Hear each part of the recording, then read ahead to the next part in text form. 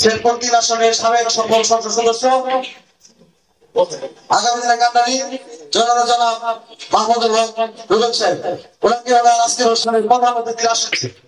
উপজেলায় ছাত্র দলের উদ্যোগে গ্রন্থাগার উদ্বোধনী অনুষ্ঠানের উপস্থিত রয়েছেন আমাদের অত্যাধুনিক যন্ত্রপাতি ও আধুনিক চিকিৎসা সেবা নিয়ে পপুলার ডেন্টাল কেয়ার এখন আপনার শহর বেলকুচির মুকুন্দগাতিতে। আমাদের ঠিকানা মুকুন্দগাতি বাজার, গার্লস স্কুলের সামনে, তালুকদার মার্কেটের 2য় তলা, বেলকুচি, সিরাজগঞ্জ। এই শ্রীপতি সরকারি কলেজের সম্মানিত প্রভাষক যিনি উনি আমাদের ছাত্র দলের ডাকে সাড়া দিয়ে ওনাদের আমন্ত্রণে মূল্যবান সময় দিয়েছেন।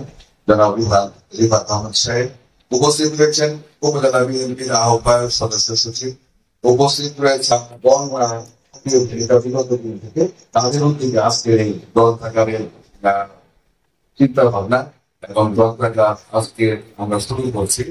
আমরা আসলে গ্রন্থাগার এটা আমি পরে শুনেছি, তো এটা আমি মনে করি এটা সম্পূর্ণ ছাত্র দলের নেতৃবৃন্দের এবং ব্যারিস্টার মানে সাদত হোসেন জিপু সহ জিপুর একটা টিম আছে, তারা সার্বিক সহযোগিতা করেছে। তো আমি আসলে সামনে নির্বাচন, আমি ঠিক সেইভাবে সময় দিতে পারবো না।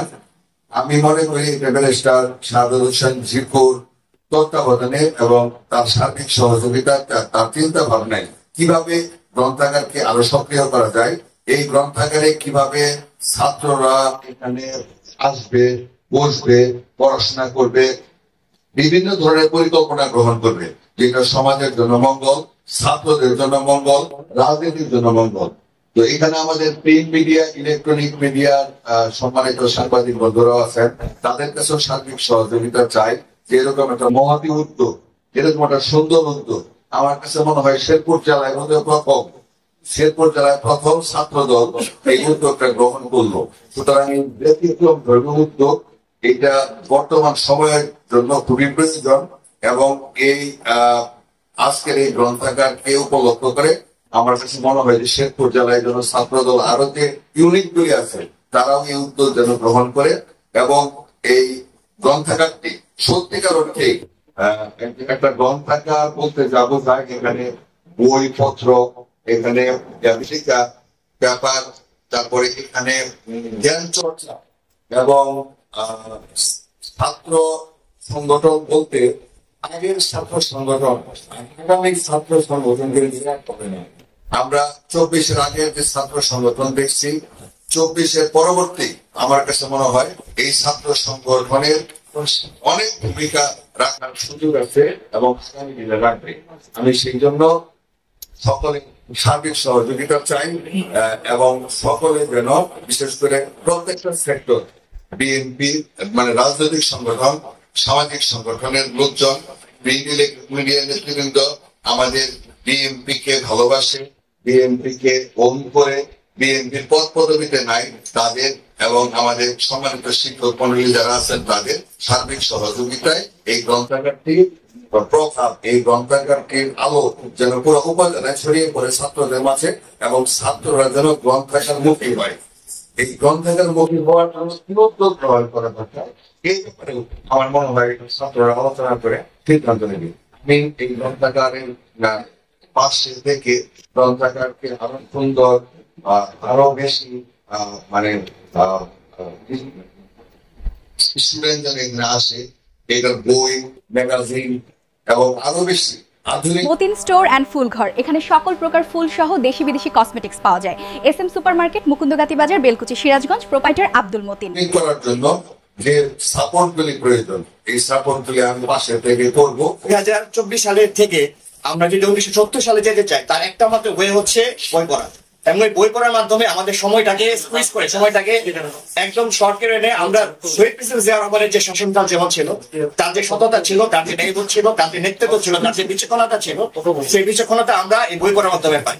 তো আশা করবো আগামী প্রজন্ম, 24 পরবর্তী যে প্রজন্ম, যে ছাত্র দল আসবে, সেই ছাত্র দলের শহীদ প্রেসিডেন্ট জিয়া রহমানের আদর্শ ফলো করে, কোন নেতৃত্ব থেকে শুরু করে যারা এই বিএনপির নাম করে কেউ যদি এই অসৎ কাজে যুক্ত হয়, তারা যাদের 24 পরবর্তী রাজনীতি ফলো করে, সেই শহীদ প্রেসিডেন্ট জিয়া রহমানের মতাদর্শ ফলো করে সাথীকে চ্যালেঞ্জ করার মতো একটা মানসিকতা থাকে, সেই নৈতিকতা সেই মূল্যবোধ তাদের মধ্যে আসুক। আসলে আমি রূপন প্লাস আমরা এখন যারা ছাত্রছাত্রীতে আছি, আমরা কিন্তু আসলে গতানুগতিক ধারায় রাজনীতিতে আসি, আমরা সামাজিক সংগঠন থেকে আসছি।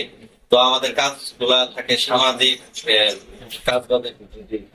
তো আমরা আমাদের রাজনৈতিক এই যে প্ল্যাটফর্মটা আছে, এই প্ল্যাটফর্মটাকে আমরা ভালো এবং সুস্থ ধারার দিকে নিয়ে যাওয়ার জন্য সামনে বিশেষ করে 5 তারিখের পরে যে রাজনৈতিক প্রেক্ষাপটটা সৃষ্টি হয়েছে, এটাকে ধারণ করে আমরা সামনের দিনে রাজনীতিটাকে পরিষ্কারভাবে নিজেদেরকে রেখে এবং সামনের দিনে ছাত্র রাজনীতি যাতে পরিষ্কার পরিচ্ছন্নভাবে চলাচল করতে পারে এবং আমাদের একসঙ্গে মিলেমিশে যেতে পারি।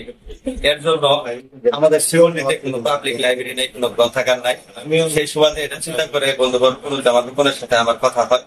তো কথা হওয়ার পরে আমরা জিনিসটা আমাদের সাবেক মেয়র মহোদয় যে আছে জনাব আব্দুল হাকিম সাহেবের সুযোগ্য সন্তান জনাব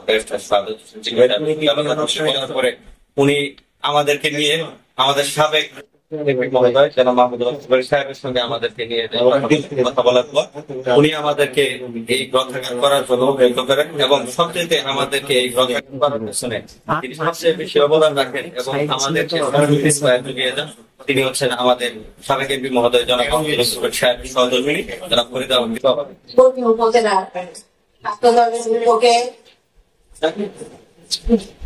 একটি লাইব্রেরি, এই লাইব্রেরি শুধু ছোট একটি লাইব্রেরি, কিন্তু অনেক স্বপ্নের ঘর। তো আজকে এই লাইব্রেরি উদ্বোধন করতে পেরে আমি সত্যি গর্বিত। তো আমি মনে করি যে আমাদের আসলে এই বই পড়াতে শুধু জ্ঞান অর্জন করা তা নয়, এই বই থেকে একটি মানুষ আলোকিত হয় এবং এই আলোকিত একটি মানুষই পারে সুন্দর একটি সমাজকে এগিয়ে নিতে। আমি বিশ্বাস করি আমাদের তরুণরা বইকে যদি বন্ধু বানিয়ে নেয় তাহলে তাদের পদও হারাবে না এবং তাদের স্বপ্ন হারাবে না। পাশাপাশি আমি সত্যি ধন্যবাদ দিতে চাই আমাদের এই ছাত্র দলের সুন্দর একটি উদ্যোগকে এবং এই ছাত্র দলের রাফি এবং রোকন সহ তাদের পুরো টিম এই উদ্যোগের মাধ্যমে প্রমাণ করে যে ইচ্ছে থাকলে কোন সীমাবদ্ধতায় আসলে বাধা হয়ে দাঁড়ায় না। তা আমি আশা করব এই লাইব্রেরি একদিন অনেক বড় হবে এবং আসলে একটা সময় ছিল যে বই ছিল ছাত্রছাত্রীদের অবসর সময় কাটানোর একটি সঙ্গী এবং বিভিন্ন প্রোগ্রামে বিভিন্ন অকেশনে এই বই উপহার দেওয়া হতো। তো আজকে সেই কালচার থেকে আসলে আমরা অনেক দূর হারিয়ে গিয়েছি। তা আমি আশা রাখি এই গ্রন্থাগারের মাধ্যমে আমাদের শ্রীবর্তী যে নতুন প্রজন্ম আছে তারা এই গ্রন্থাগারকে একদিন অনেক বড় করবে এবং এই বইকেই তারা তাদের বন্ধু এবং সঙ্গী বানিয়ে নেবেন। তা আমি আবারও ধন্যবাদ জানাই। আমি সেই ক্ষেত্রে আমার পরিবার এবং আমি ছিলাম তাদের পাশে এবং থাকবো। আসলে এবার আমরা বেশ ব্যতিক্রম কিছু উদ্যোগ দেখতে পাচ্ছি। এয়ার টিকেট, ভিসা প্রসেসিং, হজ ও ওমরা।